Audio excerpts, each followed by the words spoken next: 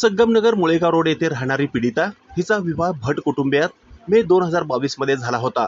लग्नानंतर ती गर्भवती असल्याने विचारणा केली असता दिनांक 12 मार्च 2022 रोजी संगमनगर मुळेगाव रोड सोलापूर येथे व त्यापूर्वी 5-6 महिन्यांपासून आरोपी इसम सुरेश नागनाथ गवळी याने मुलगी पीडिता हिचे बरोबर अत्याचार केल्याने ती गर्भवती राहिली व त्यानंतर तिने मुलास जन्म दिला अशी फिर्याद पीडितेने दिलेली होती।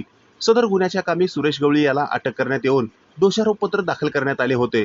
सदर तपासकामी DNA रिपोर्ट, घटनास्थळ पंचनामा, मॅजिस्ट्रेट समोरील जबाब अशा दोषारोपपत्रामध्ये सामील करण्यात आले होते।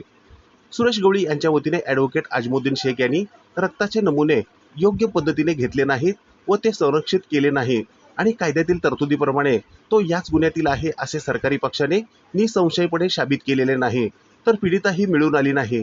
त्यामुळे तिचा घेण्यात आलेल्या जबाबात कायद्याने महत्त्व देता येणार नाही असा युक्तिवाद केला असता तो ग्राह्य धरून मेहरबान विशेष सत्र न्यायाधीश यांनी आरोपीची संशयाचा फायदा घेऊन निर्दोष मुक्तता केली आहे।